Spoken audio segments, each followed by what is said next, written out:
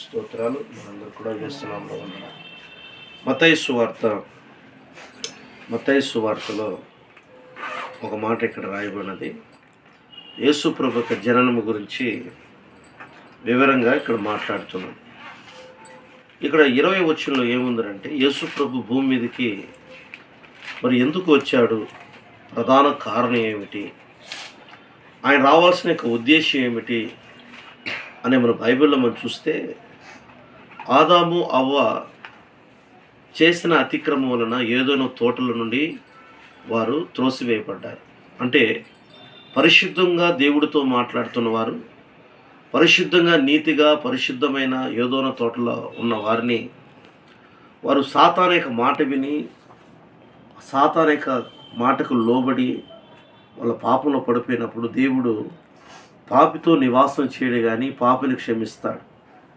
ఆదాము అవ్వ చేసిన తప్పుడు వల్ల పాపం వల్ల, ఆ తప్పు వల్ల యేసుక్రీస్తే కల్వరి శిలువలో మరణించే స్థాయికి వచ్చింది. హల్లెలూయా. ఎందుకంటే వారు చేసిన పాపాన్ని విడుదల కలగాలంటే, పాపము క్షమించబడాలంటే నీతిమంతుని యొక్క రక్తం కావాలి. ఆయనే ప్రభువైన యేసుక్రీస్తు మానవ రూపంలో దేవుని కుమారుడై భూమి మీదకి రావడానికి ప్రత్యేకంగా ఎవరిని ఎన్నుకున్నాడంటే కన్య మరియాన్ని ఎన్నుకోవడం. హల్లెలూయా. మరి ఎన్నుకోవడం అప్పుడు ఆయన ఎన్నుకొని ఈ లోకానికి ఎందుకు వచ్చాడంటే 21వ వచనంలో, ఆమె యొక్క కుమారుని కనిను, తన ప్రజల వారి పాపం నుండి ఆయనే రక్షించెను.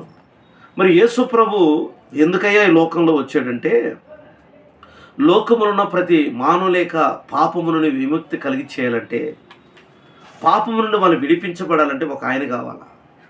అది ఏ రక్తం ఉండాలంటే పరిశుద్ధమైన రక్తం. ఏ రక్తం అంట?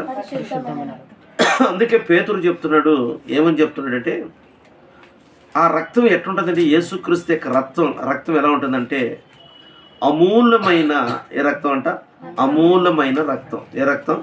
అమూల్యమైన రక్తం, పరిశుద్ధమైన రక్తం, నిష్కలంకమైన రక్తం. అంటే అటువంటి రక్తము కార్చిన ద్వారానే ప్రతి మానవుడు ఏం చేస్తున్నాడు, విమోచన కలుగుతుంది.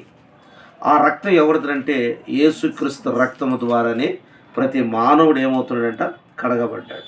హల్లెలూయా, హల్లెలూయా. అందుకే బైబిల్ ఏం చెప్తుందంటే, దేవుని లేఖనంలో మరి పేతురు రాసిన పత్రిక 1వ అధ్యాయము 19వ వచనంలో ఏమి రాయబడి ఉన్నదంటే, అమూల్యమైన రక్తము చేత అనగా నిర్దోషమైన నిష్కంపనకు గొర్రెపిల్ల వంటి రక్తము క్రీస్తు రక్తము చేత విమోచించబడితిరి, మీరు ఎరుగుదురు కదా అంటున్నాడు. పేతురుతో ఇక్కడ చెప్తున్న మాట ఏంటంటే, యేసయ్య రక్తం ఏ రక్తం అంటే అమూల్యమైన రక్తం. ఏ రక్తం? అమూల్యమైన రక్తం అనగా నిర్దోషమైన రక్తం. మూడోది నిష్కలంకమైన రక్తం. ఆ రక్తం ఏం చేసిందంటే, క్రీస్తు రక్తము చేత మనమందరూ కూడా యేసు ప్రభు రావడానికి ప్రధాన కారణం ఏంటంటే, బైబిల్ చెప్తుంది, ఏం చెప్తుందంటే, తన ప్రజలను వారి పాపం నుండి ఆయనే రక్షించును. ఎవరు రక్షించగలుగుతారంటే నీతిమంతుడు. ఎవరు రక్షించగలరంటే అమూల్యమైన రక్తం కలిగిన వారు. ఎవరు రక్షించగలుగుతారంటే నిష్కల్మ రక్తం కలిగిన వారు. ఎవరు రక్షించగలుగుతారంటే పరిశుద్ధమైన వారు రక్షించగలుగుతారు.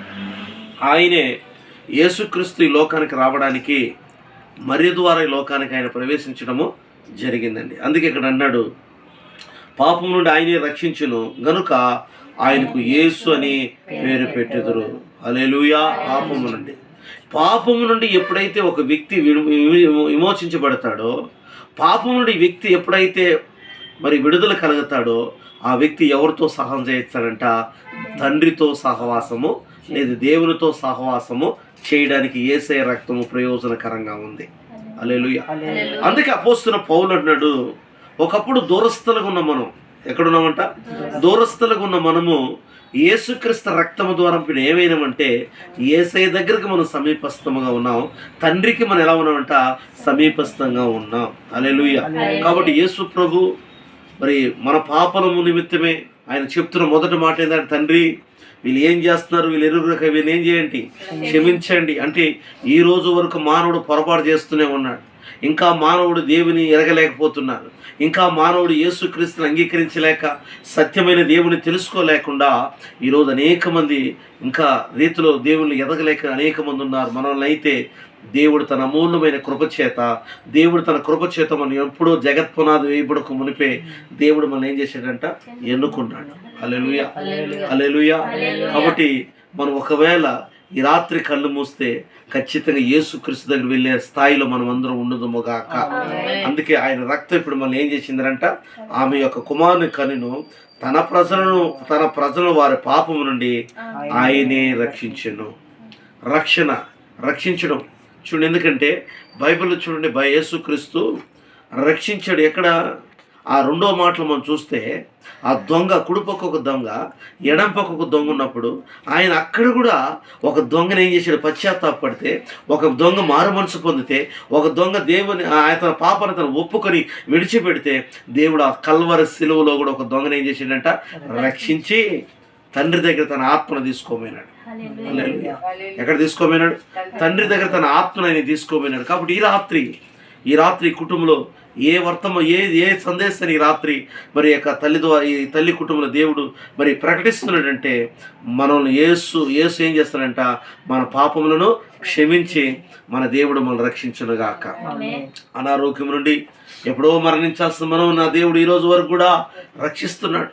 ఎంతోమంది చనిపోతున్నారు యాక్సిడెంట్లో, దేవుడు మన ఏ అపాయం కలగకుండా దేవుడు రక్షిస్తున్నాడు. నిద్రపోతున్నాం, నిద్రలో అనేక మంది చనిపోతున్నారు, తిరిగి లేలేకపోతున్నారు. మన దేవుడైతే సజీవులకులో తిరిగి మరలా ఉదయకాలం మనం ఏం చేస్తాడు, ఆయన లేపుతూ ఉన్నాడు. అంటే ఈ రోజు వరకు కూడా, జనవరి మొదలు నుండి ఈ డిసెంబర్ కడవరి వరకు కూడా నా యేసయ్య మన పక్షంలో ఉన్నాడు, యేసయ్య మన మధ్యలో ఉన్నాడు, యేసయ్య ఈ రాత్రి మన మధ్యలో నివాసం చేస్తున్నాడు. కాబట్టి ఇంతవరకు కూడా నా ప్రభు మనం ఏం చేశాడంట, రక్షిస్తూనే ఉన్నాడు. హల్లెలూయా. ఇంకొనూ నా దేవుడు మనం ఏం చేయాలంట, రక్షిస్తూనే ఉండాలి. ఒకటి పాపము నుండి రక్షించాడు, రెండోది నరకము నుండి రక్షించాడు, మూడోది పరలోక వారసులుగా దేవుడు ఈ రాత్రి మనల్ని చేశాడు. ఆ కృప ఎవరికి ఇచ్చాడంటే నిజంగా మనకి దేవుడు ఇచ్చే కారణం ఏంటంటే, ప్రతి మానవ లేక పాపమును ఆయన రక్తములనే అందుకే యోహాను సువార్త చెప్పండి, మార్గము నేనే, సత్యము నేనే, జీవము, నా ద్వారా తప్ప ఎవడు తండ్రి యొద్దకే రాడు. కాబట్టి మనమంతా కూడా యేసు యొద్దకు వెళ్తున్నాం. ఎందుకంటే యేసుక్రీస్తు రక్తము పరిశుద్ధమైన రక్తము, అమూల్యమైన రక్తము. ఆ రక్తం మనల్ని అందరూ ఇప్పుడు ఎక్కడ చేర్చిందంటే తండ్రితో సమానంగా చేసింది. దేవుడి మాటలను దీవించి ఆశీర్వదించి కాచి కాపాడునుగాక. ఆమేన్.